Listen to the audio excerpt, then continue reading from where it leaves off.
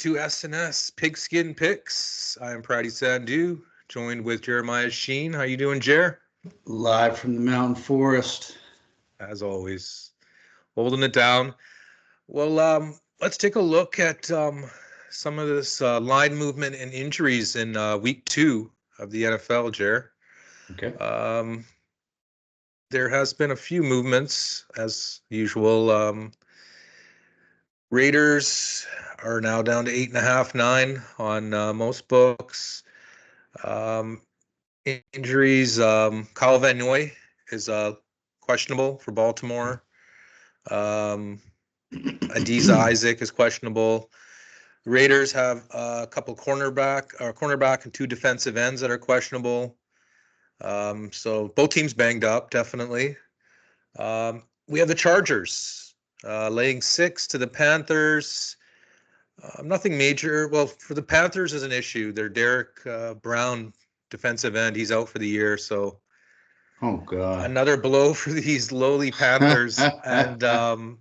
And their star rookie running back, he's still on the IR for 3 more games. So I think we'll have a little bit more on that game later on. Saints and Cowboys, it's gone down to 6 on some of the books. It was 6.5 originally. Nothing crazy there. Bunch of guys questionable. Jake Ferguson, the tight end from Dallas, he's doubtful. And then everyone else on New Orleans is questionable. Marshawn Lattimore questionable. Foster Moreau questionable as well. I just don't see New Orleans scoring more than 20 points in that game. Prove me wrong, as I say. But. Right. Detroit's now up to 7.5 on a few books against Tampa. Injury-wise, Winfield is out for Tampa. There's a couple other guys for Tampa questionable with concussion, ankle. Josh Hayes, McCollum, Cansey, Hall. Detroit, nothing major to report injury-wise. So they've gone up to 7.5 on most of the books. Indy is now -3 against Green Bay. Malik Willis is probable, expected to start. Jordan Love is doubtful. Still hasn't been officially listed out. DeForest Buckner questionable for Indy, and their kicker is questionable as well. So that could be a nightmare. Yeah, I mean, if the winds get up in Green Bay, that definitely could be another low total in that game. A lot of low totals this week 2 of the NFL. Chargers Panthers is under 40. Colts Packers is 40. Basically, the first team to 20 in these games should win. Browns Jaguars is 41. Seahawks Patriots 39. Jets Titans 40.5. Like 36.5 for Pittsburgh and Brooklyn Broncos, I should say. But back to Cleveland is now -3 in Jacksonville. Njoku's out for Cleveland. The Chargers might score 38 in that game just alone. Well, a lot of these experts are doubting because they're saying that they don't have like a high-powered offense, that they're going to win a lot of games by 3 points, 7 points, where they're not going to blow out teams and get those style points. Well, they're playing the basement of the NFL defenses, so let's see what they can do. So on to SF Minnesota. It's -5.5 now, -6 on a lot of the books. McCaffrey is doubtful. For Minnesota, Jordan Addison is questionable with his ankle. Looks like he won't play. And for SF, they have a few questionables. Hufanga, but I'm pretty sure he'll play. Back to Seattle, New England. It's 3.5. Seattle's favored by. Nwasu is out for Seattle, the linebacker. Kenneth Walker is questionable. He'll probably play. New England is just questionable from Jabril Peppers and CD Sal, but we'll move along to the Jets Titans. Injuries-wise, not too much from the Jets. Hassan Reddick still hasn't signed his contract. Our Eagles traded him knowing that this guy was a little bit of a psycho, but he's given up a lot of money too. Titans, Jamal Adams is questionable. I'm pretty sure he'll play, though. He plays through almost everything. Um, let's go on to the Giants and Commanders. Commanders favored by 2. That's kind of a fishy line. Giants, they have a couple of questionable players, Slayton, McLeod, Masau. Commanders, Newton and Forbes are questionable. Moving along, we have Rams Cardinals are -1 in that game. Injury-wise, the Cardinals lost their star offensive lineman, Jonah Williams. Much like Tampa, that's going to hurt them. Obviously, Rams have no Puka Nacua. They also lost offensive lineman Avia. So both teams kind of banged up. Bengals are now down to 5.5 on a lot of these books. Injuries-wise, Hollywood Brown's questionable, probably going to play. T. Higgins still has some practice. That worries me. If you're a Cincy backer, Chris Jenkins is also questionable for Cincy. So Cincy's I'm definitely not staying away from 100%. Cincy. Yeah, me Staying too, away from man. Cincy until they can show me something. Well, I mean, 100%. they're I don't even think Burrows is 100%, my personal self. So Pittsburgh, New England. Oh, no, sorry, my bad. Pittsburgh, Denver. Fields is probable. He's going to start for Pittsburgh. Russ still questionable. Roman Wilson may play, the rookie wide receiver for Pittsburgh. And Denver's pretty healthy. Josh Reynolds questionable with Achilles. And the Bears Titans is now -6. Adunze is out for the Bears, the rookie. Oh man. Yeah, that's not what they. And Keenan Allen, the You old know, that man, was is supposed to be probable. part of the grandioso plan, It was, You but know, and in the NFL, we know things change. So he's out. Yeah, they're saying Allen will play. And then the Falcons, Eagles up to 6.5. Injury wise, Isaiah Rogers questionable for the Eagles. Devin White, I'm not sure if he's practiced. He's questionable. Bradbury's still out for the Eagles. Moving on to Atlanta, they have Hamilton, their cornerback, questionable. And oh yeah, so man, that's poor guy Isaiah Rogers waited so long. mm-hmm. Man, get that guy out there. Yes.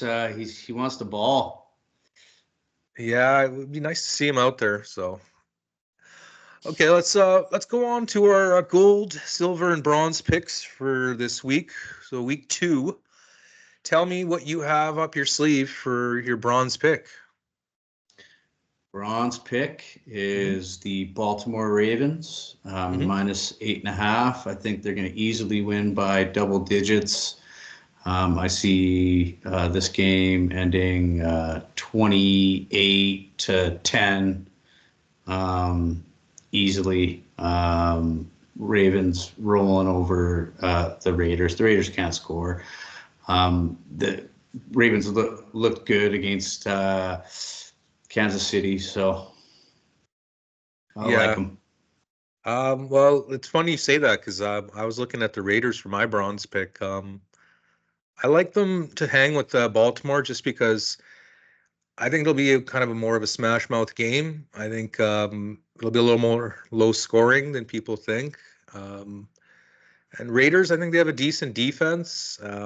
They just don't let up any big plays, and I think they can keep Baltimore in the 20s. And if they can keep it within a touchdown, was what I'm looking at. I'm also hoping the back door's open there as well. Baltimore could be up 10-14, and Minshew magic, or I should say Pro Bowler Gardner Minshew from last year. So, and I'm hoping the Raiders offense wakes up a little bit. I'm not expecting miracles, but Baltimore didn't look 100% to me. They did catch up and make it a game late, but I thought they were quite outplayed. So we'll see. We're going to move along. What are your thoughts for your silver selection for week 2 of the NFL? My silver selection is escaping me for a second here. I have you down for JETS. So there's no way the Jets are going to lose 2 in a row. I think they're going to pick apart the Titans, even though they're on the road. I think they're going to show everyone finally that they can ball. Aaron Rodgers can have a great game. I think their defense is finally going to show up, shut down Will Levis Right. and their receivers. Again, like 28, 28-13, something like that. 4 scores to a couple. Are you at all concerned about the short week from them playing Monday in Cali, having to fly back to New York, and then having to fly out to Tennessee Saturday night? That could be an issue, but I really think that if the Jets are gonna do something this year, they can't go 0-2. It just can't happen. Do you think They're there's gonna any chance of a salvage. field goal game, maybe like a 23-20 type game, or is it? Or do you think Nah, New York's going to step a- on a- their throat and just anything take can a? happen. But my initial inclining is, they're gonna open it up and get at least 4 scores. So Well, if Tennessee can turn around and yeah, get I like the over in that game. I think it'll be more high scoring probably than people think because Tennessee didn't score in the second half, and Jets, I mean, they scored a few, but they didn't look like world beaters. So I think that'll be maybe like a more of a shootout type game than people think. Tennessee and Jets are traditionally more defensive ground and pound teams. So let's take a look at my silver selection for week 2. I'm going to go with the boys from New England. 3.5 I'm getting at home. I'm not really making this so much of a play on New England. It's more of a play against Seattle. Um, I just I don't think don't them believe giving the up hype. 3.5. For me, I mean, on the road, I don't think they should be giving up 3.5. If this game was in Seattle, I don't think it would be like -10 for Seattle. So give me New England plus 3.5 at home. I like the the Mayo regime so far. We got Jacoby out there and Stevenson in the backfield. And one thing else that I liked from week 1, I know it's only 1 week, but Christian Gonzalez, he looked really good. The rookie who got hurt last year, the cornerback, he did really well on Jamar Chase, and I'm pretty sure he can do the same thing on DK. And then if they can contain the running back from Seattle, his name's slipping my mind right now, but if you can keep him contained to 70, 80 yards, Kenneth Walker, yeah. K-Dub. Yeah, he's really good. I respect him a lot. I really like Kenneth Walker, but if you can keep him to 70, 80, I see New England keeping it close. Seattle wins like a 17, like 14 type game. I think Seattle's gonna open a can of whoop ass on New England. I think they're a little bit pissed on how they played at home. They still walked out with a win, but I think they're They gonna be did, coming in but angry. I think they'll be coming in hot, it's a and long trip too. Remember I that. think they'll expose that New England defense. It's going to be tough because New England's not going to keep it high tempo. They're going to run.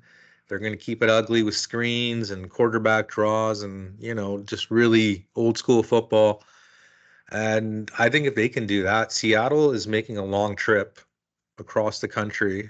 And rookie coach, his first time out there playing in a hostile environment. I mean, I don't see Seattle dominating. I could be wrong, but give me the 3.5, and we're going to move along Okay. to this week's gold selections. Jer, what do you got for gold? Tell me your gold. Putting it all, everything, the house, the farm, the kids, the Yeah. wife. I don't have any kids, but all on the Chargers because I just don't believe in Carolina whatsoever. Even if the Chargers offense sputters, I just don't see Carolina doing much. Even in all the expert predictions that I looked at, one guy the most has Carolina scoring 9. A couple of other guys have them scoring 3 and 6, and the Chargers are in double digits. Right. Whether it be 21 or whatever, 17 or they're going to cover that 6. You know what? I don't hate it because with Harbaugh, I think he can control the gameplay and just pressure Bryce Young. Maybe he'll throw a pick or two. Just run the ball like crazy, like Harbaugh loves to do. When Herbert needs to make those three third and sevens, those third and fives, he'll do it. Yeah, I see them controlling that game, but laying that many points on the road, just you got to hope the charge or they don't let up something late and try to get a back door there.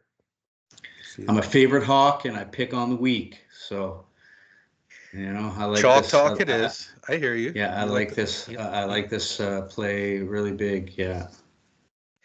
yeah, I mean it opened up, I believe, at 4.5 when we did our recap for week one on Sunday night, and it shot up to 6.5, came back down to a little to six now, 5.5, whatever. But yeah, I think there will be a pretty public heavy game, but Chargers they do look good, and Panthers do not. So yeah, let's see what happens there.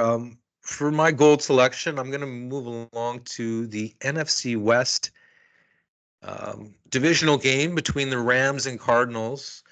I'm going to lay the -1 and take Zona for my gold pick again.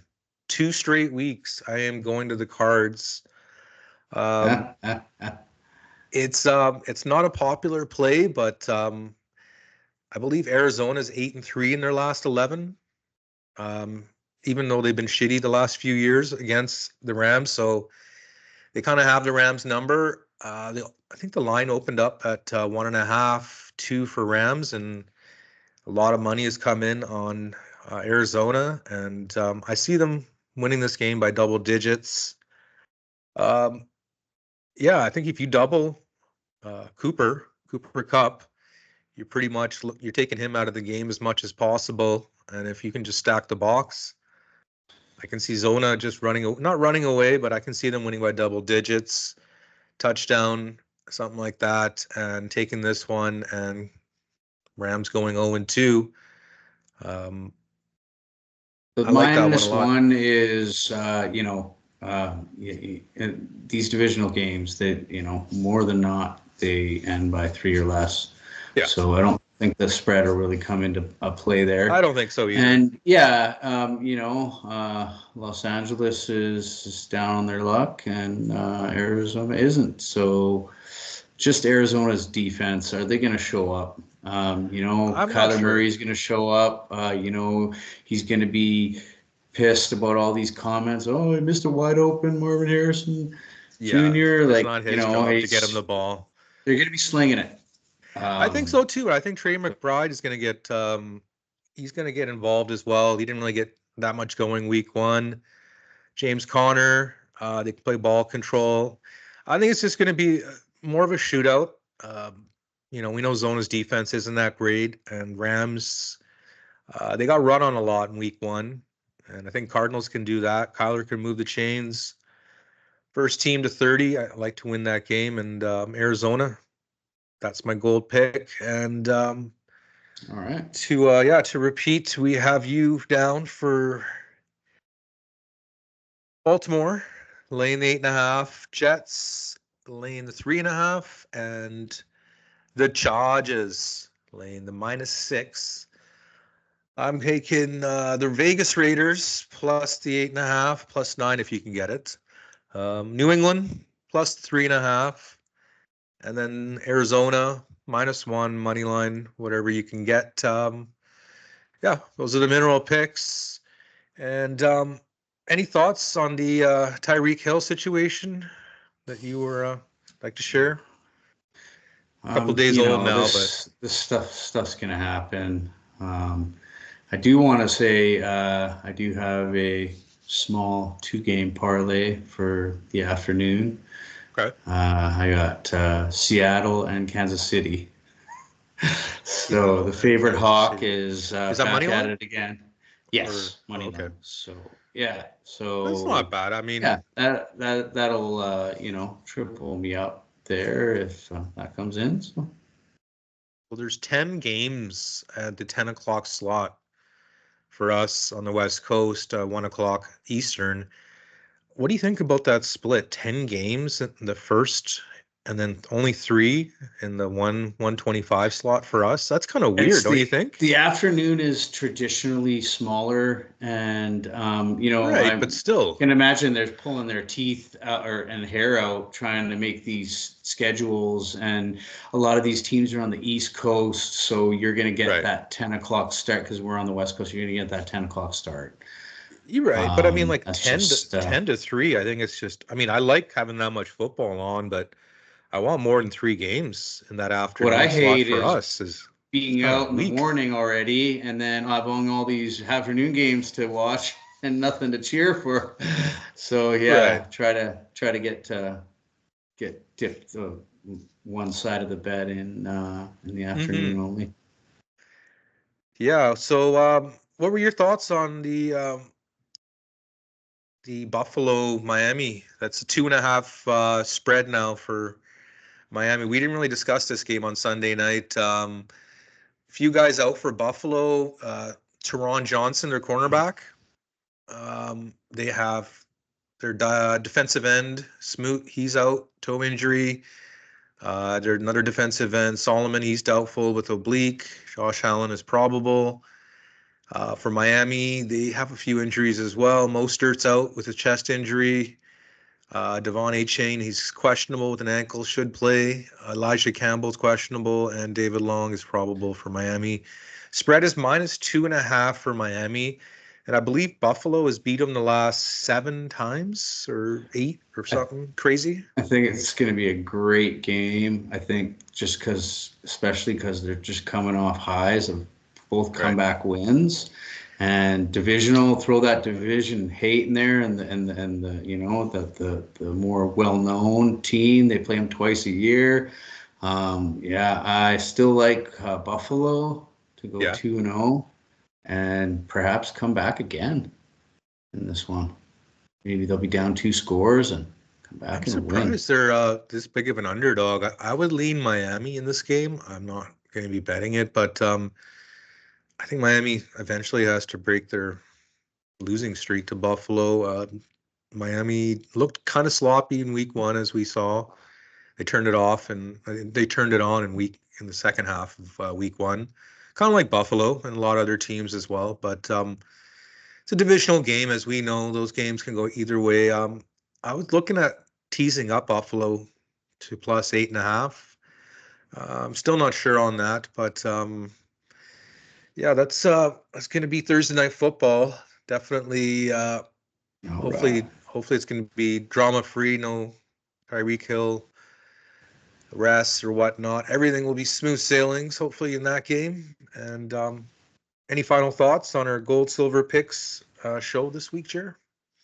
No, but Tariq Hill better take a party bus to this game. So Yeah, definitely. he Get some doesn't sort of get pulled over, convoy. right? Yeah, he needs to work on that definitely. But all right. So good luck to us for our gold, silver, and bronze picks. We'd like to thank everyone tuning in on YouTube here. We'd appreciate if you give us a big thumbs up on the YouTube section down there and leave us some comments. Who are your gold, silver, and bronze picks this week? And yeah, give us a comment below. Let us know what you think. We'd love to know. And we'll be back for another episode of SNS Pigskin Picks. We out.